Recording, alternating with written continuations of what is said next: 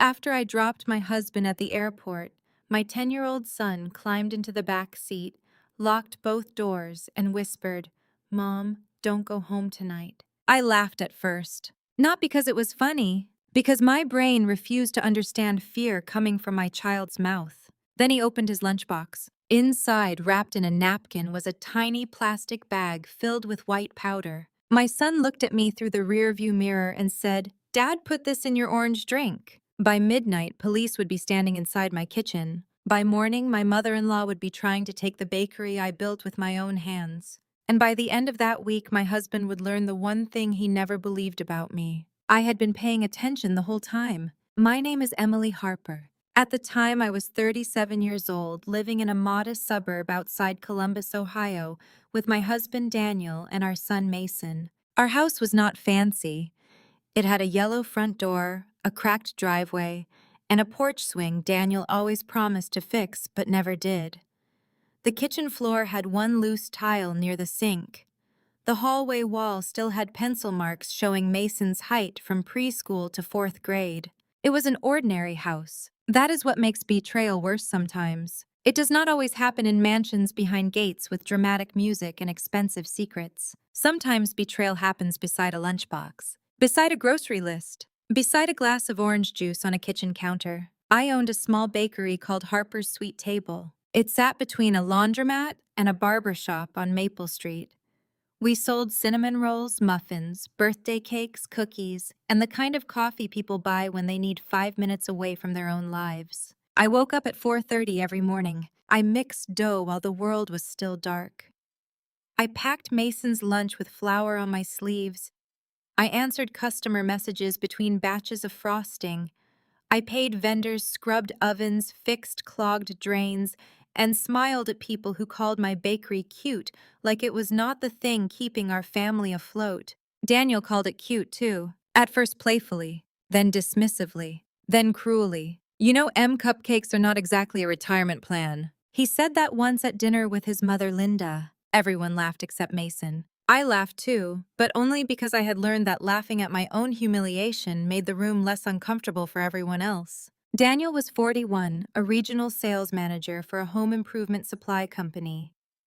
He wore pressed shirts, drove a clean SUV, and had the kind of calm, confident voice that made waiters, bank tellers, and neighbors believe him instantly. When we were young, that voice made me feel safe. By the end, that voice made me doubt myself. "Emily, you're overreacting. Emily, you don't understand how money works. Emily, my mother is only trying to help. Emily, if you weren't so sensitive, this family would be easier to live in." He never screamed. That would have been too obvious. Daniel preferred small cuts, small enough that if I complained I looked dramatic, deep enough that after years of them I barely recognized myself. His mother, Linda Harper, was worse. She had silver blonde hair, red lipstick, a church smile, and the talent of insulting me in a voice sweet enough to pour over pancakes. At Thanksgiving, she once raised her glass and said to Daniel for holding this family together through such a difficult season. I had cooked for 9 hours that day. Turkey, mashed potatoes, green beans, sweet potato casserole, pies, rolls, gravy from scratch. I had burned my wrist on the oven rack and hidden it under my sleeve. Daniel sat at the head of the table while everyone praised him for being patient. Patient with what? With me. With my bakery hours. With my tiredness. With my failure to become the kind of wife Linda thought her son deserved. I remember Mason sitting beside me watching my face as the whole table toasted Daniel. Later, while I washed dishes alone, Mason came into the kitchen and asked Mom, "Why didn't Grandma say thank you to you?" I told him, "Sometimes people forget." But Mason shook his head. She didn't forget. He was 10 when everything happened. But in some ways, he had been seeing the truth longer than I had. The orange drink started 3 weeks before the airport. Daniel came home one evening carrying a glossy wellness jar from some expensive health store downtown. It was bright orange with a white lid and cheerful words on the label. Energy, balance, glow, renewal. I was standing at the sink washing cake pans when he set it on the counter. "You look exhausted," he said. "Hello to you too." "I'm serious, Emily." He pushed the jar toward me. "My mom said women your age crash hard when they don't take care of themselves. Women your age." I was 37. He kept going. "1 scoop every morning in juice. It'll help your energy." Maybe then you won't be so scattered. I looked at him. You bought me vitamins. He sighed. Do you have to make everything suspicious? I'm trying to help you. That sentence was a trap he used often. If I accepted, he was generous. If I questioned him, I was ungrateful. So I said thank you. The next morning, he watched me make it. Not casually. Not like a husband checking whether his wife liked a gift. He stood near the coffee maker with his arms crossed and his eyes fixed on the glass. One full scoop, he said. I can read directions. Then read them. I stared at him. He smiled without warmth. Consistency matters. I stirred the powder into orange juice. It clumped at first, then dissolved into a cloudy orange swirl. When I lifted the glass, Daniel watched my throat. I remember that now. Not my face. My throat. Drink all of it, he said. I took a few swallows. It tasted wrong. Too bitter under the fake citrus. Metallic almost. I made a face. Daniel's jaw tightened. What? It tastes strange. It's a supplement, Emily, not a milkshake. I drank enough to satisfy him, then poured the rest out when he went upstairs. That day, my stomach hurt for hours. The next morning, Daniel watched again. The same way? Silent, measuring, waiting. I took 2 swallows that time. The nausea hit before I reached the bakery. On the third morning, I made the drink while he watched, lifted it, pretended to sip, then turned toward the sink and said, I need to grab Mason's lunch. When Daniel left, I poured the whole glass down the drain. After that, it became theater. Every morning, Daniel watched me stir. Every morning, I raised the glass. Every morning after he left, I dumped it. I told myself I was avoiding a supplement that didn't agree with me. I did not know I was rehearsing survival. The morning of the airport, Daniel acted almost cheerful. That should have warned me. He wore his navy coat, his new watch, and the cologne he only used for work trips. His suitcase sat by the door. His laptop bag was already in the car. Mason came downstairs, quiet, carrying his backpack in front of his chest like a shield. Morning, buddy, Daniel said. Mason nodded. Daniel ruffled his hair. Mason flinched. I noticed it, but I was too busy packing his lunch. Turkey sandwich, apple slices, a chocolate chip cookie from the bakery because Thursdays were long. Linda texted Daniel while he stood at the counter. I saw her name flash across his phone. He turned the screen down immediately. Everything okay? I asked. Fine. What does your mom need this early? He looked at me. She checks on me. Mothers do that. The words were simple. The meaning was not. Good mothers check on their sons. Bad wives ask questions. At 6:40, I drove Daniel to the airport. On the way, he talked about his Denver meeting, his hotel, the rental car, the client dinner. He did not ask about Mason's science project. He did not ask about the bakery. He did not ask why I had dark circles under my eyes from staying up until 1 in the morning finishing a wedding cake. At the departure lane, he pulled his suitcase from the trunk and leaned into my window. Don't forget your drink tomorrow morning. That was it. Not I love you. Not text me when you get home. Not take care of yourself. Just that. I watched him walk through the sliding doors with his suitcase rolling behind him. Then I drove to school, pick up hours later, still hearing his voice. Don't forget your drink. At 3:12 p.m., Mason climbed into my car and locked both doors. He did not say hello. He did not ask what was for dinner. He did not take off his backpack. He just stared at the street behind us. Mace, I said, what's wrong? He leaned forward. His voice was so low I barely heard it. Mom, don't go home tonight. I pulled into the parking lot of a closed dry cleaner. That was where my son opened his lunchbox and handed me the tiny bag. White powder, folded inside a Pokemon card sleeve. My hands went cold. Mason, I said carefully, tell me exactly what happened. He swallowed hard. This morning, I woke up early because I forgot my library book downstairs. I heard Dad talking in the kitchen. To who? I think Grandma Linda. His phone was on speaker but low. What did he say? Mason's eyes filled with tears. He said, she won't notice. She thinks it's vitamins. My breath stopped. He said what? Mason nodded quickly like he wanted the words out before he lost courage. Then Dad opened your orange jar. He took a little bag from his coat pocket and poured white stuff inside. He stirred it with your small measuring spoon. The parking lot blurred. My son kept talking. He spilled some on the counter. After you took him to the airport, Grandma Linda came in. Linda was inside our house. Mason nodded. She used a key. I felt something drop inside me. She looked at the jar and said, don't lose your nerve now. She's been holding you back long enough. I closed my eyes. For 1 second, I saw every Thanksgiving insult, every Facebook post, every fake smile, every time Linda called my bakery Daniel's little family business. Mason whispered, "Mom, is Dad trying to make you sick?" That question broke something sacred. Children are supposed to ask why the sky is blue, why dogs dream, why they have to eat vegetables, not whether their father is poisoning their mother. I wanted to lie. I wanted to say no, of course not, there must be an explanation. But lies had built the room we were trapped in. So I said, "I don't know yet." "But you did the right thing telling me." "Are we going home?" I looked toward the road that led to our yellow front door. The orange jar on the counter, the loose tile by the sink, the measuring spoon, Linda's key, Daniel's voice. "Drink all of it." "No," I said. "We're going to Nana Ruth's." My mother, Ruth Bennett, lived in a small apartment above a dentist's office in Westerville. She was 64, a retired school nurse, and the kind of woman who could tell whether a child had a fever by touching the back of his neck for half a second. When she opened the door and saw Mason's face, she didn't waste time. "What happened?" I put the plastic sleeve on her kitchen table. "Daniel put something in my drink." My mother did not gasp. She did not panic. She put on her glasses, sat down, and said, "Start at the beginning." So we did. The orange supplement, Daniel watching me, the bitter taste, the stomach pain, the mornings I poured it down the sink, Mason hearing Daniel and Linda, the powder, the jar, the key. My mother listened without interrupting.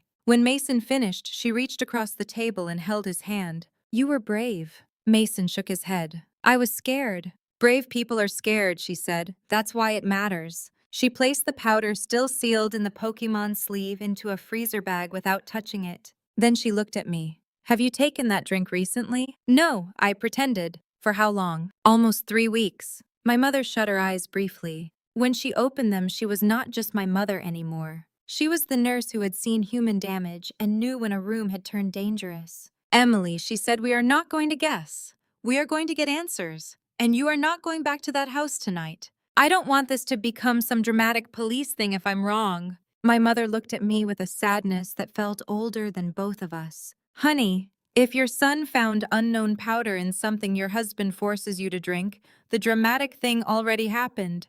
We're just catching up." She called an old friend from the county health department, a woman named Janice who had handled poison control cases for years. No secret lab. No dramatic private investigator. Just 2 retired women with steady voices and enough common sense to save a life. Janice told us what to do. "Do not touch it. Do not smell it. Do not test it ourselves. Bring it in sealed. Stay away from the house. And do not warn Daniel." That evening, Daniel texted. "Landed.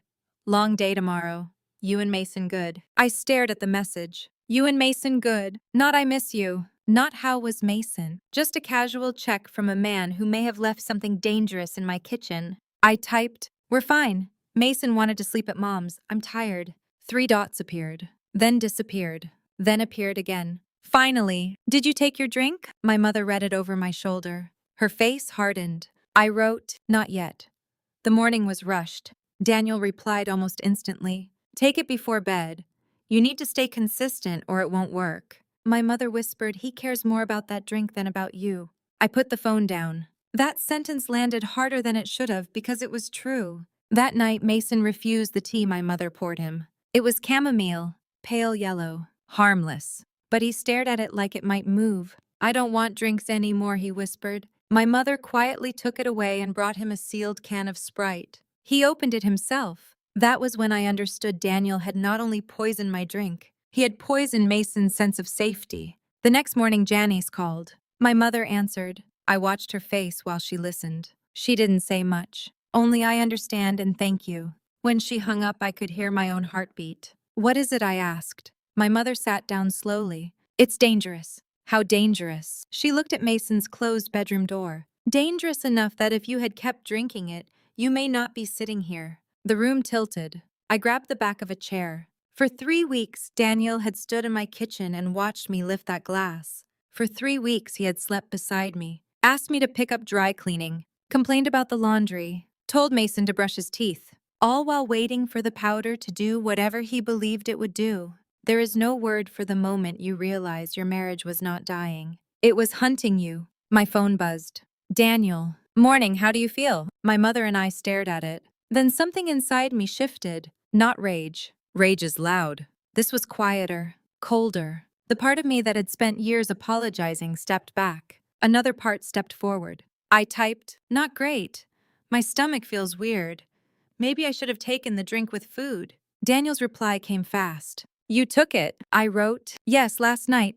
3 dots. Then, good, rest today, don't drive if dizzy. Not should I come home. Not do you need a doctor? Good." He thought it was working. I set the phone down. And for the first time in my marriage, I stopped asking why Daniel didn't love me enough. I started asking what I needed to do to survive him. Detective Marisol Grant was the first person outside our family to hear the full story. She met us in a small interview room that smelled like coffee and old carpet. Mason sat beside me with both hands wrapped around a sealed bottle of water. His voice shook as he told her what he saw. Every few sentences, he looked at me. Every time I nodded. "You're doing fine," I said.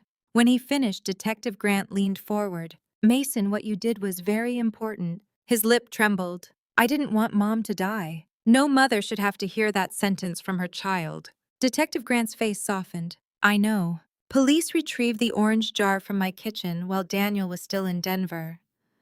They also took the trash from under the sink and the small measuring spoon Mason said Daniel used. But I will not make this story about police reports, because what happened to me was not mainly a legal story. It was a family story, a kitchen story, a story about being slowly erased by people who smiled in photos beside me. That afternoon, while waiting for updates, I went to the bakery. I needed to see something Daniel had not ruined yet. The bell above the door jingled. The air smelled like butter coffee and cinnamon. My assistant Tasha looked up from boxing muffins. "Girl," she said, "you look like you got hit by a truck and then apologized to the truck." I almost laughed. Then I cried. Right there beside the pastry case. Tasha came around the counter and held me without asking for details. When I finally pulled back, she said, "Whatever this is, we've got the shop." "We," me, Carla, Denise, the high school twins, everybody. "I can't pay everyone if we close." Tasha gave me a look. "Emily, when my car broke down, you drove me home for 3 weeks and pretended it was on your way. When Carla's mom was sick, you covered her shifts.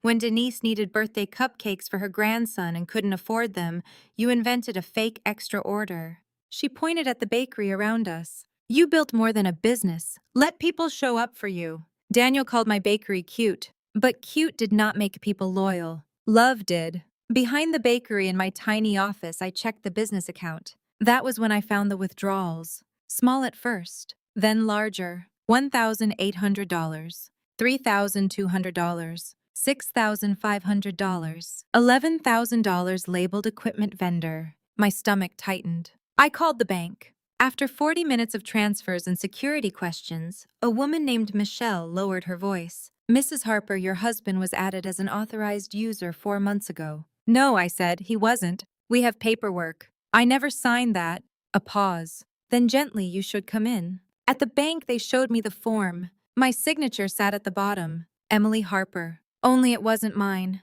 The E leaned wrong. The Y had a tail I never used. The pressure looked uncertain, like someone copying from memory. Daniel had forged my name the same way he understood my life. Carelessly. Enough to fool someone else. Not enough to fool me. Michelle looked embarrassed. "Your husband said you were homesick." Homesick. He had been practicing that story for a while. I left the bank with copies of everything and opened a new account Daniel could not touch. But the money was not the worst part. The worst part was realizing he had been building a story around me. Sick wife, tired wife, emotional wife, forgetful wife, a woman who could not manage business, a woman whose death would be sad but not surprising. That evening I opened Facebook. Linda Harper had posted a photo from Thanksgiving. Daniel sat at the table smiling. Mason was beside him. I was in the background, blurred, carrying a tray. The caption read, "So proud of my son for holding this family together through a difficult season.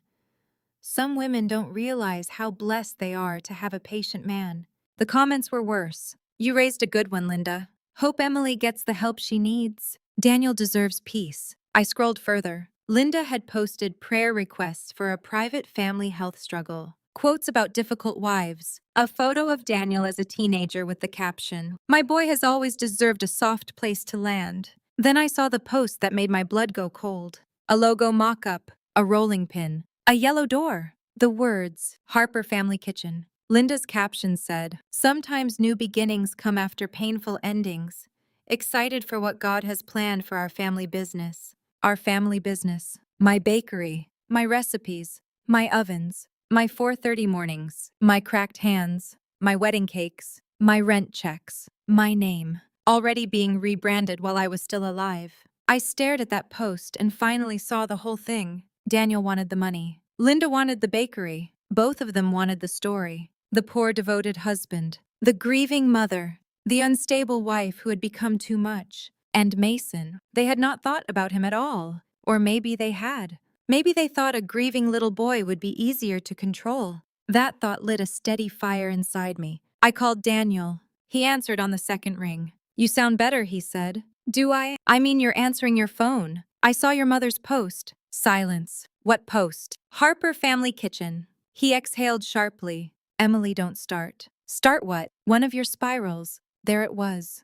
The word he used whenever I came too close to the truth. "I asked you a question." My mom gets excited. She posts things. It doesn't mean anything. She used my bakery logo. Our bakery. I sat very still. "What did you say?" Daniel's voice cooled. "Emily, let's be honest. Without my last name and my steady income, you'd still be selling muffins out of some church basement." For years, a sentence like that would have crushed me. That night, it clarified me. My bakery paid the mortgage for 8 months when your commissions dropped. You mean when I was carrying the actual financial pressure? No. I mean when I was too tired to notice you were stealing from me. Silence. Then he laughed once, low and ugly. "You've been talking to your mother." "I've been looking at bank statements." His tone changed. "Emily, not soft, not loving. A warning. You were useful when you were grateful," he said.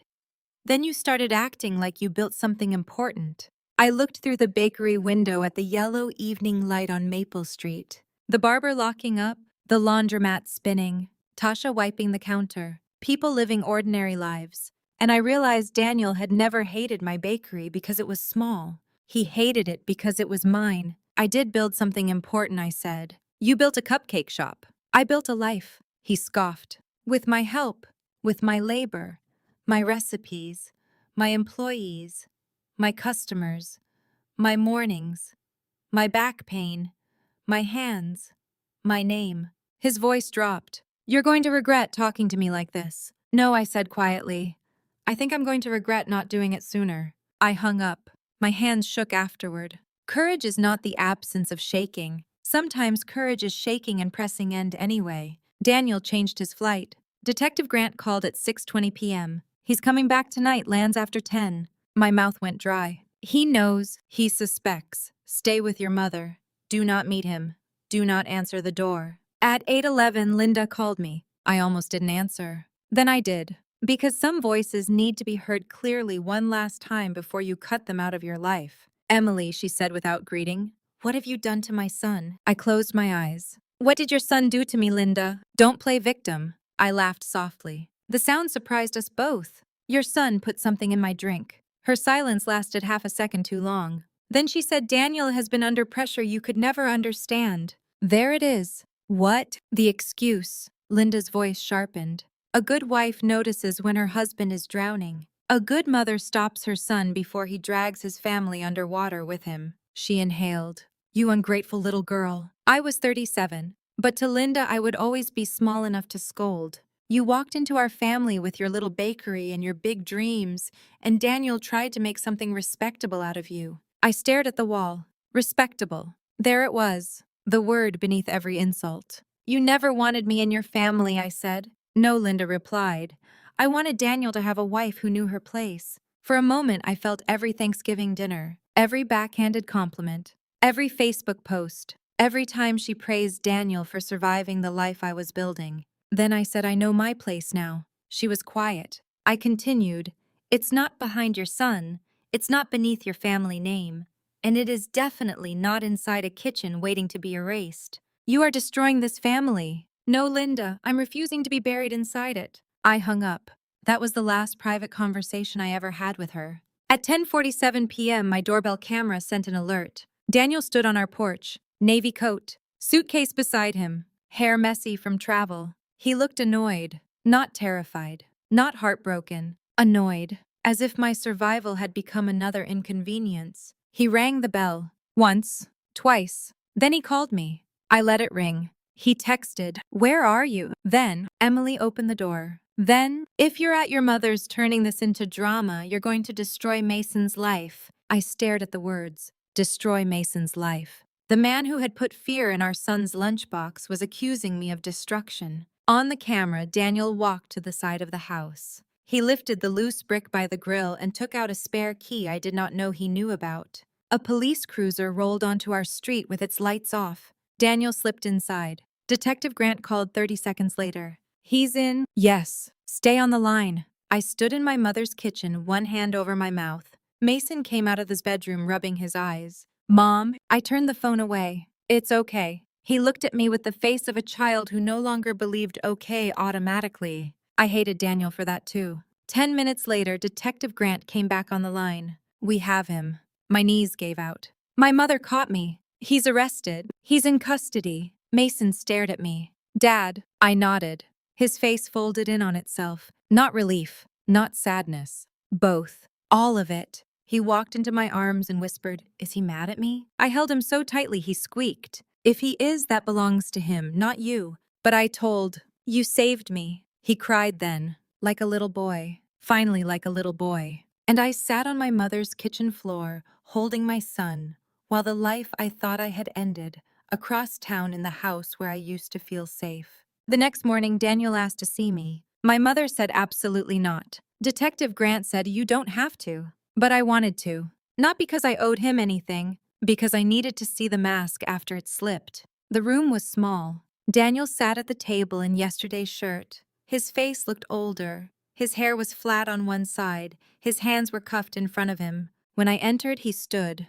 "Emily." I sat. An officer stayed by the door. Daniel looked at him, then back at me. "This has gone too far." I almost smiled. "It went too far when you touched the jar." His jaw tightened. "You don't understand." "I think I finally do." He leaned forward. My mother got in my head. There it was.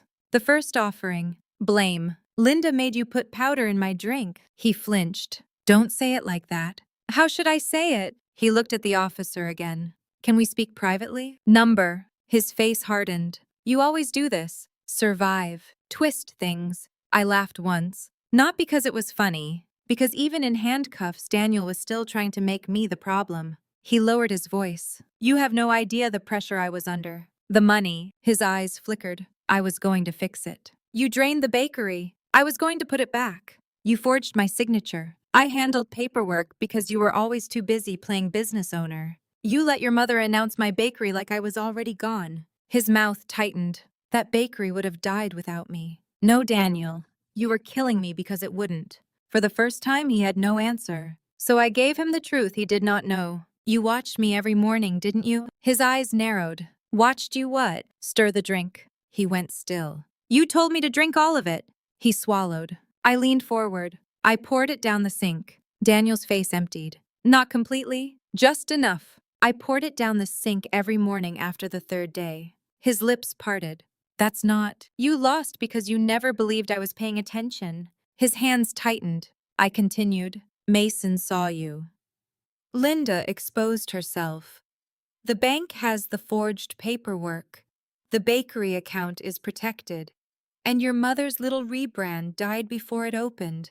Daniel's face twisted. "You think you won?" "No," I said. "This was not a game." "Then what do you want from me?" I looked at the man I had loved. The man I had defended. The man I had slept beside while he planned a future without me in it. Nothing. That word changed the room. Daniel knew how to fight anger. He knew how to twist tears. He knew how to use guilt. But nothing gave him no handle. I stood. He said my name again, this time softer, almost like the old Daniel. "Emily." I looked down at him. For years, I thought dignity meant keeping the family together no matter how much it hurt.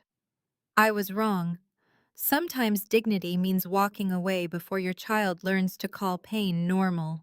Then I left. I did not look back. Linda was arrested 2 days later at her sister's house in Indiana. She had 2 suitcases cash and my blue recipe binder in the trunk of her car. My recipe binder. The one with grease stains, bent pages, and Mason's dinosaur sticker on the front. Inside were my grandmother's cinnamon rolls, my lemon wedding cake, my brown butter pecan cookies, my notes in the margins. Less sugar for Mrs. Miller, extra almond for the Jameson anniversary cake. Mason likes this frosting best. Linda had not only wanted my bakery, she wanted the parts of me that made it mine. When confronted, she insisted she had done nothing wrong. She said she was protecting her son. She said I had pushed Daniel too hard. She said Mason was a sensitive child with a big imagination. She said the bakery was basically family property. Family. That word sounds different depending on who is holding the knife. Daniel's sister posted online that night, "Some women will ruin a man's life for attention."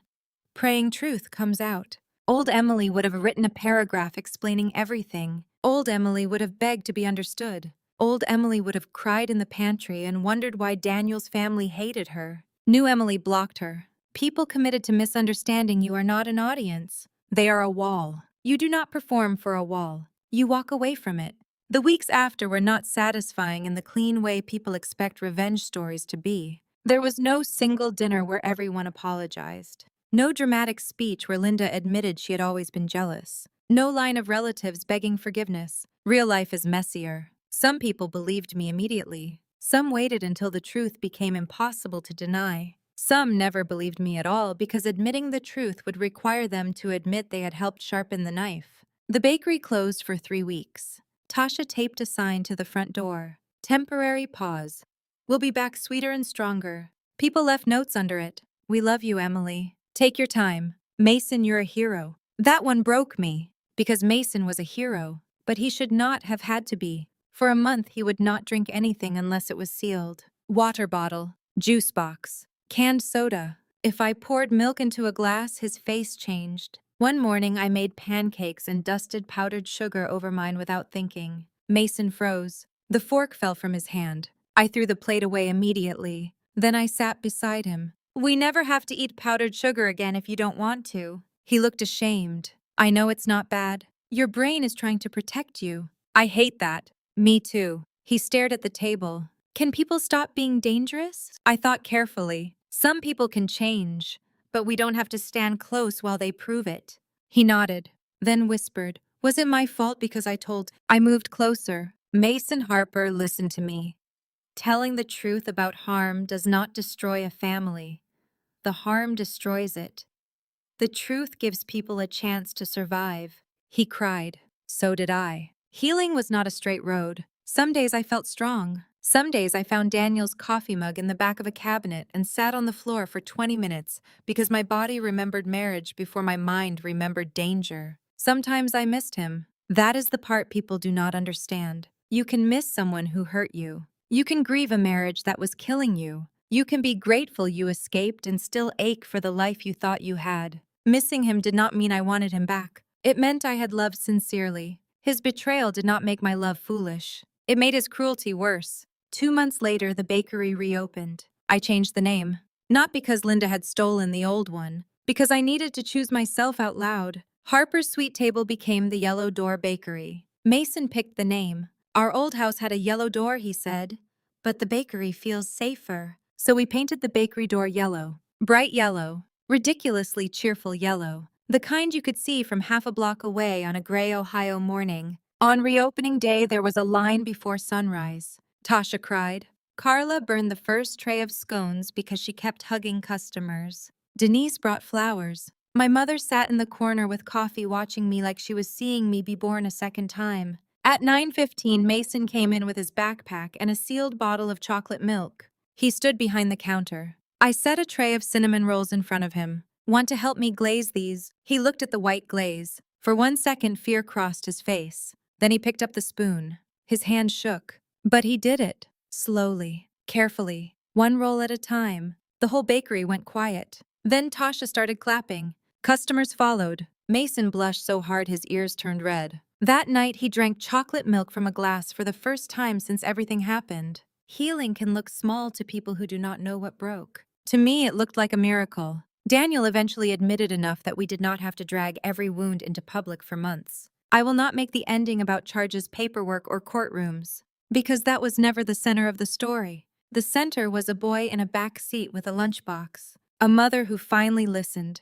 A bakery door painted yellow. A woman learning that respect is not something you earn by becoming easier to use. A year later, Mason and I moved into a smaller house. No porch swing. No big kitchen island. The laundry room door squeaked. The backyard fence leaned after storms. But every room felt honest. No one watched me drink anything. No one mocked my work. No one used silence as punishment. Friday nights became pizza on the living room floor. My mother came over and fell asleep halfway through movies. Tasha brought her kids sometimes. The house was smaller. The peace was bigger. One spring afternoon, Mason found an old photo album in a closet. He brought it to the kitchen table. Inside were pictures from before. Daniel holding him as a baby. Daniel pushing him on a swing. Daniel and me at our wedding, smiling under string lights, my veil caught on a rose bush. Mason studied the wedding photo. "You look happy," he said. I was. Was Dad pretending? I looked at the photo for a long time. "I don't think everything was fake," I said. "I think sometimes people have good in them and still choose terrible things. The choice matters." Mason touched the edge of the picture. "Do I have to hate him? Number. Do I have to forgive him? Number." He looked relieved. "You get to feel what you feel," I said, "and you get to change your mind as you grow." He closed the album. "Can we put it away?" "Yes." "Not throw it away. Not unless you want to." He thought for a moment. "Put it away. I don't want it in the living room." So we put the album in a box in the closet. Not displayed. Not destroyed. Just no longer allowed to define the house. That became healing for us. Not pretending the past never happened. Not letting it sit in the middle of every room. I learned something I wish I had known earlier. Family is not supposed to be the place where you disappear. Love is not supposed to require silence. And respect that only arrives when you are useful is not respect. It is control. For years, I thought dignity meant keeping everyone comfortable, even when I was exhausted, even when I was insulted, even when my work was minimized, even when my name was being erased from the life I built. But dignity is not quiet suffering. Dignity is the moment you stop shrinking so other people can feel tall. Legacy is not the property people fight over when you are gone. Legacy is what remains in the people who watched you stand back up. Mine was not the old house, not the old sign, not even the recipes Linda tried to steal. My legacy was Mason learning that love does not mean swallowing poison, not in a glass, not in a marriage, not in a family dinner, not in a Facebook post dressed up as concern. Daniel once told me nobody would remember a cupcake shop. He was wrong. People remember where they were treated gently. People remember who fed them when they were grieving. People remember the woman who almost disappeared, then came back with flour on her apron and her head held high. Sometimes the people closest to you will call your dignity selfish because they benefited from your silence. Let them. Sometimes they will say you broke the family because you refused to keep bleeding quietly. Let them. Sometimes walking away will cost you the life you prayed would last forever.